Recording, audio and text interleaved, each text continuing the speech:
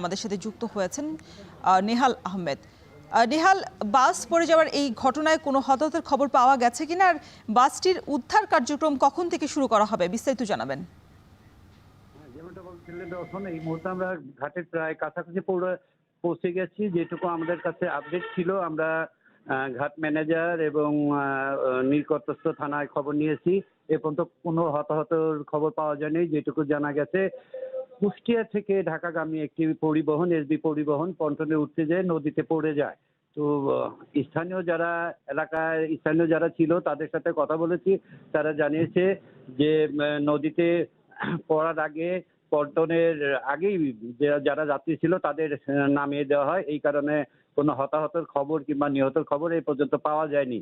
উদ্ধার কাজে ইতিমধ্যেই একটি জাহাজ রওনা হয়েছে। তাছাড়া এই জায়গায় জেলা প্রশাসক, এসপি, ঊর্ধ্বতন যত কর্মকর্তা আছে সবাই ঘাট এলাকার উদ্দেশ্যে রওনা দিয়েছেন। আশা করা যায় অল্প কিছুক্ষণের মধ্যেই হতাহত হোক আর ক্ষতিগ্রস্তর খবর আমরা জানাতে পারবো। এই মুহূর্তে প্রচন্ড ভিড় লক্ষ্য করা যাচ্ছে। এলাকার লোকজন উদ্ধার কাজে অংশগ্রহণ করেছে। ডুবুরির দল, ফায়ার ব্রিগেড সবাই ঘটনাস্থলের দিকে ছুটে যাচ্ছে।